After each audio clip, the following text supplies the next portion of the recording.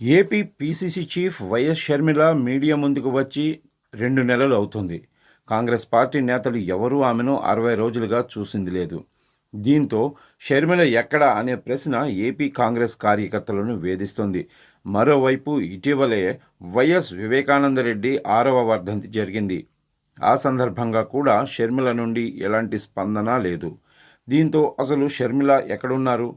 ఆమె ఎందుకు ఇంత కీలకమైన ఇష్యూపై స్పందించలేదు? సునీతకు ఆమెకు మధ్య ఏమైనా అభిప్రాయ భేదాలు వచ్చాయా అనే చర్చ రాజకీయ వర్గాల్లో జోరుగా సాగుతోంది. వైఎస్ షర్మిలారెడ్డి కుమార్తె విదేశాల్లో ఉన్నత చదువులు చదువుతున్నారు. ఆమె అడ్మిషన్ పరంగా తల్లిదండ్రులకు సైతం కౌన్సిలింగ్ ఉంటుంది. దానికోసం షర్మిలారెడ్డి ఆమె భర్త అనిల్ కుమార్ విదేశాల్లోనే ఉంటున్నారు. కూతురి అడ్మిషన్తో పాటు ఆమెకు తగిన నివాసం ఏర్పాటు చేసి తిరిగి రానున్నారు. మరో 2 రోజుల్లో అంటే బుధవారం నాడు విజయవాడ కాంగ్రెస్ పార్టీ ఆఫీస్కు హాజరు కానున్నారు షర్మిల. వైఎస్ షర్మిల పార్టీ పగ్గాలు చేపట్టిన కొత్తలో ఆమెకు పార్టీలోని సీనియర్ నాయకత్వం మనసారా ఆహ్వానం పలికింది. అయితే ఎన్నికల తర్వాత వాళ్ళందరూ సైలెంట్ అయిపోయారు. మాజీ కేంద్ర మంత్రి పల్లంరాజు, మాజీ టీటీడీ చైర్మన్ కనుమూరి బాపిరాజు, మాజీ మంత్రులు రఘువీరారెడ్డి, శైలజానాథ్ లాంటి వారు ఇప్పుడు యాక్టివ్గా లేరు. వీరిలో రఘువీరారెడ్డి రాజకీయాల నుండి తప్పుకుంటే శైలజానాథ్ వైసీపీలో చేరిపోయారు. ఇది షర్మిలకు కాస్త ఇబ్బంది కలిగించే అంశమే. షర్మిల కాంగ్రెస్లో చేరటం ద్వారా వైసీపీ అసంతృప్త నేతలు కాంగ్రెస్ వైపు ఆకర్షితులవుతారు అంటూ కాంగ్రెస్ పార్టీ హైకమాండ్ లెక్కలు వేసుకుంది. కానీ శైలజానాథ్ అంశంలో ఇది రివర్స్ అయింది.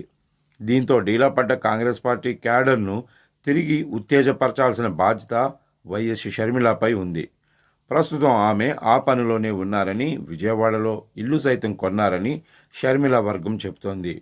ఉగాది తర్వాత విజయవాడ నుండే ఆమె రాజకీయం జరపబోతున్నట్లు షర్మిల కార్యవర్గం చెబుతోంది. త్వరలో రాష్ట్ర రాజకీయాల్లో చాలా మార్పులు చూస్తారు అంటూ వారు నమ్మకంగా చెప్తున్నారు. 2024 ఎన్నికలకు ముందు వైఎస్ వివేకానందరెడ్డి హత్యపై ఏపీ రాజకీయాల్లో ఎంతటి దుమారం రేగింది అందరూ చూశారు. వివేకానందరెడ్డి కుమార్తె సునీత, అప్పటి సీఎం జగన్మోహన్ రెడ్డి చెల్లెలు షర్మిల ఇద్దరూ ఏకతాటిపైకి వచ్చి వివేకానందరెడ్డి హత్యపై చాలా ఆరోపణలు చేశారు. ఈ హత్య కేసులో నిందితులు బయట తిరుగుతున్నారని, ఈ హత్య వెనుక ఉన్న అసలు నిజం బయటకు రావాలని వారు డిమాండ్ చేశారు. అయితే ఇప్పుడు ఎందుకో షర్మిల ఈ అంశంపై సైలెంట్ అయ్యారనే చర్చ రాజకీయాల్లో మొదలైంది. మొన్న 15వ తారీఖున వైఎస్ వివేకానందరెడ్డి 6వ వర్ధంతి జరిగింది. ఈ సందర్భంగా పులివెందుల్లోని ఆయన సమాధిని దర్శించి నివాళులు అర్పించిన సునీత తర్వాత విజయవాడలో గవర్నర్ను కలిసి తన తండ్రి హత్య కేసులో సిబిఐ విచారణ పునఃప్రారంభించాలని, ఆ విధంగా చర్యలు తీసుకోవాలని కోరారు. తన తండ్రి హత్య కేసులో సాక్షులు ఒక్కొక్కరుగా చనిపోవటం పైన ఆమె సందేహం వ్యక్తం చేశారు. అయితే ఆ రోజు వైఎస్ షర్మిల సోషల్ మీడియా వేదికగా సైతం ఎక్కడా స్పందించలేదు. దీంతో వైఎస్ సునీత, షర్మిల మధ్య అంతా ఓకేనా అని అనుమానాలు వెలువడుతున్నాయి.